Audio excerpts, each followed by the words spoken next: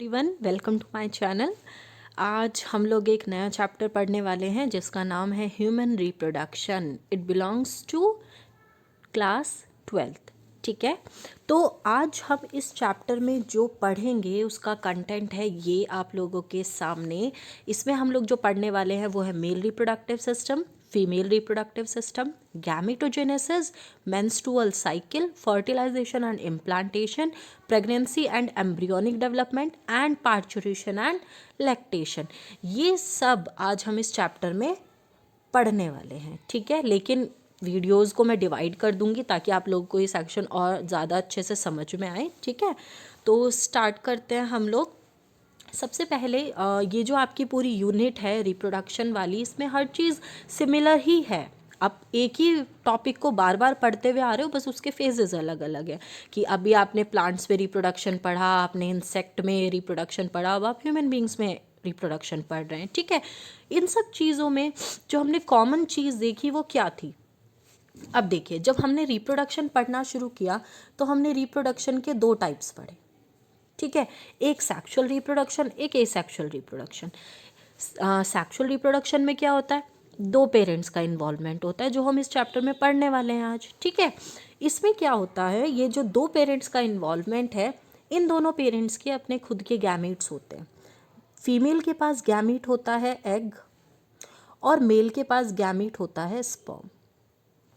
ठीक है, ये जो मेल और फीमेल गैमीट है ये दोनों आपस में फ्यूज़ होते हैं।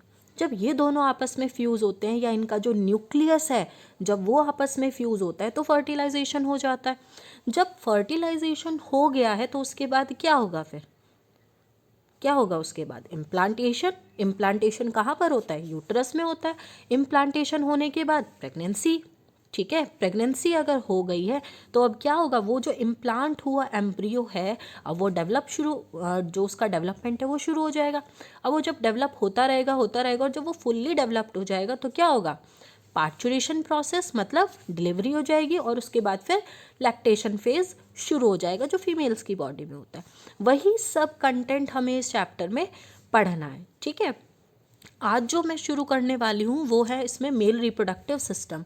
आज हम पहले यही वाला पोर्शन पढ़ेंगे। ठीक है, मेल रिप्रोडक्टिव सिस्टम का।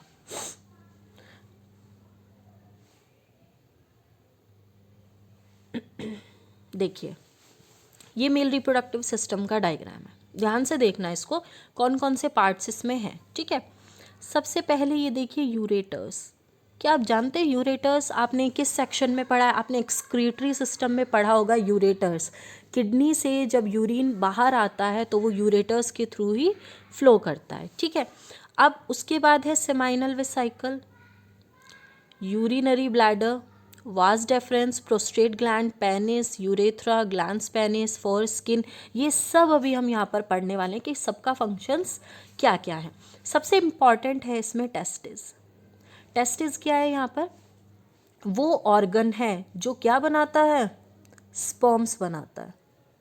ठीक है, स्पर्म्स कौन बना रहा है यहाँ पर, टेस्टिस बना रहा है। अब ये जो स्पर्म्स हैं ये बना तो रहा है टेस्टिस, लेकिन इनको कोई स्टोर भी तो करता होगा।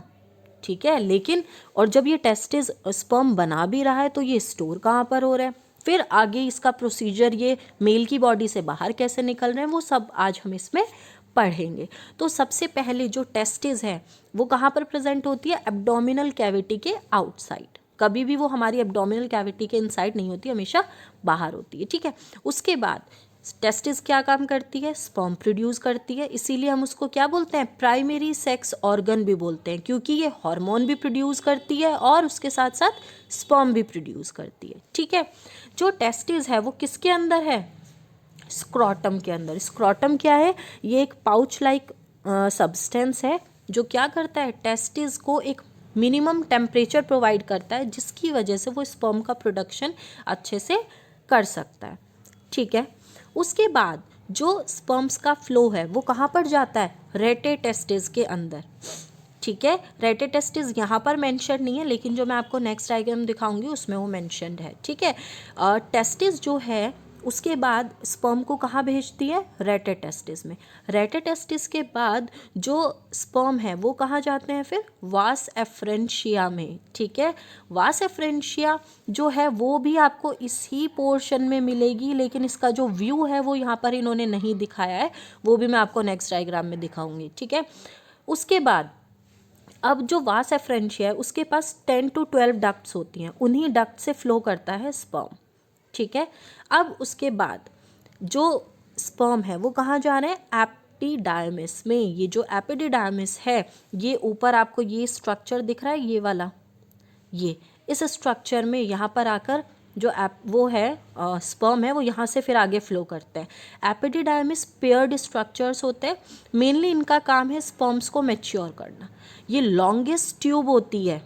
ठीक है, ये लॉन्गेस्ट ट्यूब है किसकी, ह्यूमन की बॉडी की। ठीक है, या फिर हम मान सकते हैं कि मेल रिप्रोडक्टिव सिस्टम की ये लॉन्गेस्ट ट्यूब है। हाईली कॉइल्ड होती है इसलिए हमें बहुत छोटी दिखाई देती है। इसकी जो मिनिमम लेंथ होगी आई थिंक 6 मीटर लॉन्ग हो सकती है। ठीक है, उसके बाद है जो स्पर्म्स है वो उसके बाद कहाँ जाते हैं, वास डेफरेंस में। ये दिख रहा है आपको ये वाला पोर्शन, ये वास डेफरेंस की ट्यूब है। ठीक है, वास डेफरेंस भी पेयर्ड होते हैं, ये आपको याद रखना है। वास डेफरेंस क्या है यहाँ पर, पेयर्ड है। ठीक है, और एपिडिडायमिस भी यहाँ पर क्या था, पेयर्ड था। ठीक है, तो अब जो वास डेफरेंस है वो भी पेयर्ड है। अब ये क्या काम करते हैं वास डेफरेंस, ये करते हैं स्पर्म्स का स्टोरेज। तो अगर आपके पास ये क्वेश्चन आए कि स्टोरेज ऑफ स्पर्म कौन करता है, तो वो वास डेफरेंस का फंक्शन है। ठीक है, उसके बाद जो स्पर्म है वो कहाँ जाते हैं, इजैक्यूलेटरी डक्ट के पास। ठीक है, मेंशन है इसमें इजैक्यूलेटरी डक्ट, ये देखिए यहाँ पर ये इजैक्यूलेटरी डक्ट है। ठीक है, ये भी पेयर्ड होती है, इसके आगे भी मैं लिख देती हूँ, ये पेयर्ड फॉर्म में होती है। ठीक है, उसके बाद स्पर्म जाते हैं यूरेथ्रा के पास। यूरेथ्रा जो है वो क्या है, पेयर्ड होता है कि अनपेयर्ड होता है, अनपेयर्ड होता है। ठीक है, एक ही यूरेथ्रा प्रेजेंट होता है। ठीक, अब ये जो यूरेथ्रा है, देखिए ये यूरेथ्रा आपको यहाँ पर दिख रहा है, ये जो पोर्शन है, ये जो यूरेथ्रा है अब ये कहाँ पर आ रहा है, ये देखिए यहाँ से ये निकला है इस पोर्शन से लेकर नीचे तक। ठीक है, अब इजैक्यूलेटरी डक्ट के बाद आया है आपके पास यूरेथ्रा। ठीक है, अब जब यूरेथ्रा में आ चुका है स्पर्म, तो अब इसमें कुछ ग्लैंड्स है जो अपना सिक्रीशन डालती हैं, जैसे कि बल्बोरेथ्रल ग्लैंड है हमारे पास, जो क्या करती है यूरेथ्रा का, वैसे तो उसका लुब्रिकेशन का काम है। ठीक है, अब उसके बाद क्या है, ये पेयर्ड स्ट्रक्चर होती है। अगर मैं बल्बोरेथ्रल ग्लैंड की बात करूं तो ये भी पेयर्ड होती है, और इसका काम क्या है, लुब्रिकेशन ऑफ यूरेथ्रा। उसके साथ साथ इसको हम काउपर्स ग्लैंड भी बोलते हैं। ठीक है, उसके साथ साथ यहाँ पर एक और चीज़ प्रेजेंट है जिसको हम बोलते हैं सेमाइनल वेसाइकल। ये दिख रहा है आपको यहाँ पर, ये सेमाइनल वेसाइकल है, ये इसका स्ट्रक्चर है। ठीक है, ये भी अपना सिक्रीशन डालती है। मेनली जो सेमाइनल वेसाइकल है वो पेयर्ड स्ट्रक्चर होता है, और ये फ्रक्टोज का सिक्रीशन करती है। फ्रक्टोज क्या करता है, एनर्जी प्रोवाइड करता है। ठीक है, और सबसे ज़्यादा जो सेमाइनल प्लाज्मा जो हमें मिलता है वो सेमाइनल वेसाइकल से ही मिलता है। ठीक है, उसके बाद एक और ग्लैंड है आपके पास, प्रोस्ट्रेट ग्लैंड। दिख रहा है ये प्रोस्ट्रेट ग्लैंड, ये आपके पास अनपेयर्ड होती है। ठीक है, कैसी है प्रोस्ट्रेट ग्लैंड, अनपेयर्ड है। ठीक है, जो प्रोस्ट्रेट ग्लैंड है उसका काम क्या है, एक तो वो कॉन्ट्रैक्शन देखती है। ठीक है, कॉन्ट्रैक्शन काम है उसका। उसके साथ साथ जो आपका अब जो सीमेन है वो इन तीनों ग्लैंड से हमें मिल चुका है, बल्बोरेथ्रल से, सेमाइनल वेसाइकल से और प्रोस्ट्रेट ग्लैंड से। इन तीनों ने जब अपना सिक्रीशन स्पर्म के साथ भेजा, ठीक है, तो अब क्या मिल गया हमें, सेमाइनल प्लाज्मा प्लस सीमेन। ठीक है, अब जो सीमेन है वो कब बना, सेमाइनल प्लाज्मा और स्पर्म जब आपस में मिलते हैं तो वो बनाते हैं सीमेन। पहले मैंने गलत बोल दिया था, सॉरी। ये देखिए यहाँ पर ये सेमाइनल प्लाज्मा है, जब ये मिलता है किसके साथ, स्पर्म के साथ, तो ये क्या बनाते हैं, सीमेन। ये आपको याद रखना है। ठीक है, और जैसे ही सीमेन में कन्वर्ट होता है आपका ये जो पूरा सिक्रीशन है, तो ये आपको यहाँ पर दिख रहा है, ये यूरेथ्रा ट्यूब के थ्रू, जहाँ पर ये आपको ग्लैंड्स पेनिस और फोरस्किन दिख रही है, यहाँ इस पैनल के थ्रू ये बाहर निकल जाता है सीमेन। ठीक है, और जो आपके स्पर्म्स हैं वो इसी में स्टोर्ड होते हैं। उसके बाद आते हैं नेक्स्ट डायग्राम पर। ये है मेल रिप्रोडक्टिव सिस्टम। इसमें जो टेस्टिस है उसको बहुत अच्छे से शो कराया हुआ है। अभी जिन जिन पोर्शंस की मैंने बात की थी कि टेस्टिस जो है जब वो स्पर्म प्रोड्यूस करते हैं तो वो कहाँ जाते हैं, रेटेटेस्टिस के पास। ठीक है, रेटेटेस्टिस से होते हुए कहाँ जाते हैं, वो वास एफ्रेंशिया, और वास एफ्रेंशिया के बाद वो कहाँ जाते हैं, एपिडिडायमिस में। एपिडिडायमिस के बाद अब वो वास डेफरेंस में आ गए। तो ये आपको याद रखना है। सबसे पहले टेस्टिस में बने स्पर्म, उसके बाद कहाँ गए स्पर्म, रेटेटेस्टिस में। रेटेटेस्टिस के बाद गए वासा एफ्रेंशिया में, उसके बाद गए हैं एपिडिडायमिस में, एपिडिडायमिस के बाद गए हैं वास डेफरेंस में। ठीक है, तो ये आपको पूरा याद रखना है। अब देखिए वास डेफरेंस से होते हुए अब यहाँ पर ये तीनों ग्लैंड्स आ चुके हैं। यहाँ पर हमारे पास सेमाइना वेसिकल्स भी हैं, प्रोस्टेट भी है और बल्बोरेथ्रल भी है।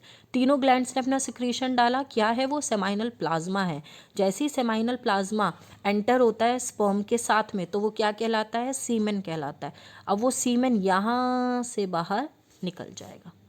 क्लियर हुआ। बस आपको ये स्टेप्स याद रखने हैं कि जो स्पर्म है वो कहाँ से कहाँ तक मूव कर रहे हैं। बहुत ही इजी पोर्शन है ये आपका। ये देखिए यहाँ पर है सेमिनिफेरस ट्यूब्यूल्स। जो स्पर्म हैं वो टेस्टिस के अंदर भी किस जगह पर बनते हैं, सेमिनिफेरस ट्यूब्यूल्स के अंदर बनते हैं। यहाँ पर आप डायग्राम देखिए, ये आपको ये छोटे छोटे मच्छर की तरह स्ट्रक्चर्स दिख रहे हैं। ये छोटे छोटे मच्छर, ये जो मच्छर है ये छोटे छोटे आपके पास स्पर्म्स हैं। ठीक है, और ये कहाँ पर बनते हैं, सेमिनिफेरस ट्यूब्यूल्स के अंदर बनते हैं। जो हमारी टेस्टिस है उसके अंदर कुल मिलाकर 250 टेस्टिकुलर लोब्यूल्स होते हैं, और वो 250 जो टेस्टिकुलर लोब्यूल्स है उनके पास क्या है, सेमिनिफेरस ट्यूब्यूल्स है। मतलब आपके 250 टेस्टिकुलर लोब्यूल्स हैं।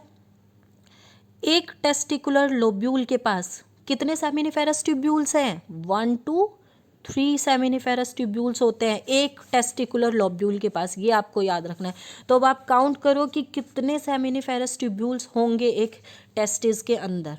ठीक है, तो ये जो पूरा का पूरा फंक्शन है ये आपको देखना है कि जो स्पर्म है वो कहाँ बने, टेस्टिस के अंदर। लेकिन टेस्टिस के अंदर भी वो किस पोर्शन में बने हैं, सेमिनिफेरस ट्यूब्यूल्स के अंदर बने हैं। ठीक है, जब वो सेमिनिफेरस ट्यूब्यूल के अंदर बन गए तो वो कहाँ पर एंटर करते हैं, उसके बाद रेटेटेस्टिस में, फिर वास एफ्रेंशिया, उसके बाद एपिडिडायमिस, फिर वास डेफरेंस, फिर इजैक्यूलेटरी डक्ट में जाते हैं, फिर यूरेथ्रा में एंटर करते हैं।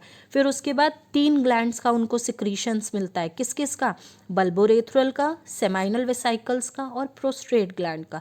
उसके बाद यूरेथ्रा के थ्रू जो स्पर्म है वो बॉडी से बाहर निकल जाते हैं। ठीक है, ये पूरा का पूरा आपका मेल रिप्रोडक्टिव सिस्टम है। अब देखिए यहाँ पर आगे मैंने कुछ नोट्स लिखे हैं, आप इनकी हेल्प से भी आगे पढ़ सकते हैं। जो भी मैंने अभी आपको बताया है वो सब यहाँ पर लिखा हुआ है। ठीक है, जैसे टेस्टिस है वो, अभी मैंने एक हार्मोन की बात की थी आपको, इसलिए मैंने क्या बोला था कि टेस्टिस क्या है, एक प्राइमरी सेक्स ऑर्गन है। क्यों, क्योंकि वो हार्मोन का भी प्रोडक्शन करती है। तो वो कौन सा हार्मोन है, टेस्टोस्टेरोन हार्मोन है। ठीक है, स्पर्म भी प्रोड्यूस करती है और टेस्टोस्टेरोन हार्मोन भी सिक्रीट करती है। उसके बाद मैंने आपको स्क्रॉटम के बारे में बताया था, जो क्या करता है, नॉर्मल बॉडी से हमें थोड़ा कम टेम्परेचर प्रोवाइड करता है ताकि जो मेल की बॉडी है वो स्पर्म को बना सके, या जो टेस्टिस है वो स्पर्म को बना सके। ठीक है, उसके बाद है सेमिनिफेरस ट्यूब्यूल्स हमने पढ़े थे। अभी मैंने आपको बताया था कितने टेस्टिकुलर लोब्यूल्स होते हैं, 250 कंपार्टमेंट्स होते हैं टेस्टिकुलर लोब्यूल्स के।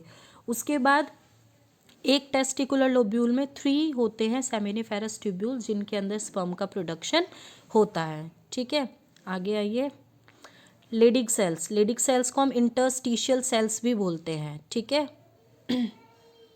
ये, और इन्हीं के ही पास में क्या बनते हैं, स्पर्म्स बनते हैं। ठीक है, ये पूरा का पूरा एक पोर्शन है कि सेमिनिफेरस ट्यूब्यूल्स के भी पास होती हैं। ठीक, उसके बाद है रेटेटेस्टिस। रेटेटेस्टिस क्या पढ़ा था हमने, जो आपके स्पर्म्स हैं वो टेस्टिस के बाद कहाँ एंटर करते हैं, रेटेटेस्टिस में एंटर करते हैं। ये एक मेल सेक्स एसेसरी डक्ट है, ये याद रखना। ठीक है, बहुत इंपॉर्टेंट क्वेश्चन है। उसके बाद है वास एफ्रेंशिया। वास एफ्रेंशिया कितनी डक्ट होती हैं, 10 to 12 एसेसरी डक्ट्स होती हैं। ठीक है, एपिडिडायमिस, अभी मैंने आपको बताया था एपिडिडायमिस हाईली कॉइल्ड ट्यूब है। ठीक है, और किस में हेल्प करती है, स्पर्म के मैच्यूरेशन में हेल्प करती है। एपिडिडायमिस का भी बहुत इंपॉर्टेंट रोल है, पेयर्ड होती है ये। ठीक है, ये भी याद रखिए। जो एपिडिडाइमिस है वो पेयर्ड होती हैं, ठीक है। आगे चलते हैं। वास डेफरेंस, वास डेफरेंस क्या है, ये भी एक पेयर्ड स्ट्रक्चर है और क्या काम करता है, स्पर्म्स को स्टोर करता है। उसके बाद है यूरेथ्रा, यूरेथ्रा क्या है, इसको हम इजैक्यूलेटरी डक्ट भी बोलते हैं, ठीक है। और उसके बाद इट इज़ अनपेयर्ड, कैसी होती है ये, अनपेयर्ड होती है। और ये क्या करती है, स्पर्म्स को भी रिसीव करती है और यूरिन को भी रिसीव करती है, मतलब स्पर्म और यूरिन का दोनों का सेम ही पाथ है, ठीक है। किसके थ्रू वो बॉडी से बाहर निकलते हैं, यूरेथ्रा के थ्रू। तो अगर आपके पास क्वेश्चन आए कि कॉमन पैसेज क्या है यूरिन और स्पर्म के लिए, तो वो यूरेथ्रा है, ठीक है। उसके बाद हमने एसेसरी ग्लैंड्स पढ़ी, कितनी ग्लैंड्स पढ़ी हमने, 3 ग्लैंड्स पढ़ी, जो स्पर्म्स को मोटिलिटी भी प्रोवाइड करती है और वायबिलिटी भी प्रोवाइड करती हैं, ठीक है। तो वो कौन कौन सी हैं, सेमाइनल वेसाइकल्स, प्रोस्टेट ग्लैंड और बर्बोरेथ्रल ग्लैंड, ठीक है। अब आगे आते हैं, तीनों के बारे में पढ़ेंगे, क्या है ये देखिए, सेमाइनल वेसाइकल, ये सेमाइनल वेसाइकल्स हैं, यहाँ पर क्या रिलीज करते हैं, फ्रक्टोज, जो एनर्जी सोर्स है किसके लिए, स्पर्म्स के लिए। स्पर्म्स को भी तो एनर्जी की ज़रूरत है, तो वो उनको कौन प्रोवाइड करता है, सेमाइनल वेसाइकल्स प्रोवाइड करते हैं, ठीक है। पेयर्ड होती हैं seminal vesicles. Prostate gland unpaired होती है और क्या करती है कि एल्केलाइन सिक्रीशन प्रोवाइड करती है, किसको, सेमाइनल प्लाज्मा को, ताकि जब वो फीमेल की बॉडी में एंटर करे, वेजाइना में एंटर करे, जो कि एसिडिक है, ठीक है। तो जब एल्केलाइन और एसिड मिक्स होते हैं तो वो क्या बना लेते हैं, न्यूट्रल बना लेते हैं, ठीक है। तो वो उस न्यूट्रलाइज, जो वो कंडीशन है उसको न्यूट्रलाइज करने के लिए जो प्रोस्टेट ग्लैंड है वो कैसी होती है, एल्केलाइन होती है, ताकि जब फर्टिलाइजेशन हो तो जो एग है वो क्या कर सके, स्टेबल रह सके वहाँ पर, ठीक है। उसके बाद है बल्बोरेथ्रल ग्लैंड, बल्बोरेथ्रल ग्लैंड को हम क्या बोलते हैं, काउपर्स ग्लैंड भी बोलते हैं, पेयर्ड होती है स्ट्रक्चर में, ठीक है। म्यूकस को सिक्रीट करती है, जो क्या करता है, हमारा वो जो फ्लूइड बन रहा है सेमाइनल प्लाज्मा और स्पर्म को मिला के जो फ्लूइड बन रहा है, जिसको हम सीमेन बोल रहे हैं, उसको लुब्रिकेंट करती है, ठीक है। मतलब लुब्रिकेशन का काम किसका है, बल्बोरेथ्रल ग्लैंड का काम है, ठीक है। और अभी मैंने आपको बताया था कि ये जो तीनों ग्लैंड्स है ये क्या बनाती है, सेमाइनल प्लाज्मा बनाती है, जो किस में रिच होता है, फ्रक्टोज में, कैल्शियम में और कुछ एंजाइम्स में, जो सब हेल्प करते हैं स्पर्म की फीमेल की बॉडी में एंटर करने के लिए और उसको फर्टिलाइज बनाने के लिए, ठीक है। समझ में आया, ये पूरा आपका मेल रिप्रोडक्टिव सिस्टम है। इसके जो 3 इंपॉर्टेंट डायग्राम्स है वो मैं आपको बता चुकी हूँ, ठीक है। और इससे रिलेटेड जितने भी पार्ट्स हैं वो सब मैं आपको एक्सप्लेन कर चुकी हूँ, और ये आपको हेल्प करेगा आपके बोर्ड एग्जाम्स के लिए भी और नीट के लिए भी, ठीक है। थैंक यू सो मच, और ऐसे ही आप लोग पढ़ाई करते रहिए, देखना इस बार आप लोग के बहुत अच्छे नंबर आए।